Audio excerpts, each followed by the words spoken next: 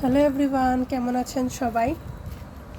আজকে অনেক দিন পর ছোলা মুড়ি খাচ্ছি, তাও সকালবেলা। আজকে সকালে কিন্তু আমরা ছোলা মুড়ি দিয়ে নাস্তা করতেছি, কারণ সচরাচর ছোলা মুড়ি দিয়ে নাস্তা করা হয় না। আর বাসায় তো আমি একাই থাকি, তাই আমার আর ছোলা মুড়ি দিয়ে নাস্তা করা হয় না, বেশিরভাগই রুটি খাওয়া হয়।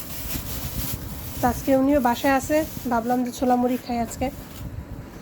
দাও বানাও তুমি আজকে, আমি সব রেডি করে দিছি, তুমি আজকে বানাবা আর খাওয়ার পর রিভিউ দিবা।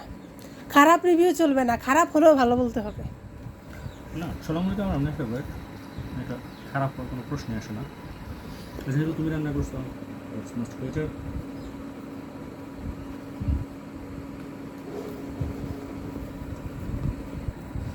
এই খাবারটা কিন্তু আমাদের নোয়াখালীতে প্রায় সময় কিন্তু সকালবেলা খাওয়া হয়, বিশেষ করে যখন বাসায় মানুষ থাকে বেশি, তাই না? তখন দেখা যায় যে সকালবেলা কি নাস্তা বানাবে, আবার রুটি বানাতে অনেকের ঝামেলা হয়। সকালবেলা মানুষ বেশি থাকলে রুটি বানাতে কিন্তু অনেক ঝামেলা হয়। তখন দেখা যায় কি এরকম একটু ছোলা টোলা ভাজি করে মুড়ি দিয়ে সকালবেলা বানিয়ে খাওয়া হয়। সব জেলায় খায় না, কিন্তু আমাদের জেলায় মাঝে মধ্যে খায়।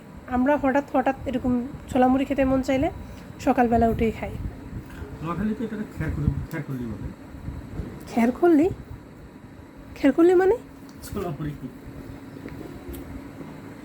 সিলেটে আর না দিও না, সিলেটে এটাতে না মুড়ি দিয়া এত খাইতে পছন্দ করে না। ওরা আবার খায় খিচুড়ি দিয়া। বিশেষ করে রমজান আসলে ওরা মানে সব আইটেম করব, কিন্তু মুড়ির জায়গায় খিচুড়ি দিব। খিচুড়ি বা পোলাও কইরা এই ছোলা, আলুর চপ, পেঁয়াজি, বেগুনি, সালাদ আইটেম সব কিছু ওরা মানে অ্যাড করে খিচুড়ি দিয়ে খায়। ওইটা খেতেও কিন্তু আমার আলাদা একটি মজা আছে। ওগুলো তো মজা লাগবে, ওরা লালকু সাদাকু কালাগুলো নিয়ে ব্যস্ত থাকে।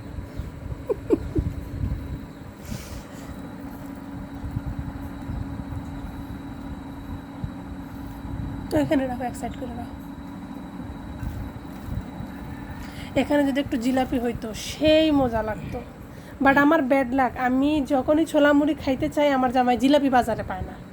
মেন কথা উনি নিজে তো খায় না, আমি যদি খাইতে চাই আমি যদি খাইতে চাই উনার তখন আর বাজারে অভাব হয়ে যায়।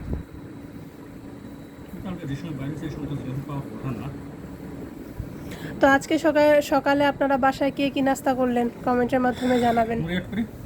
ওকে, তো সবাই ভালো থাকেন, বিদায় সবাইকে, বাই।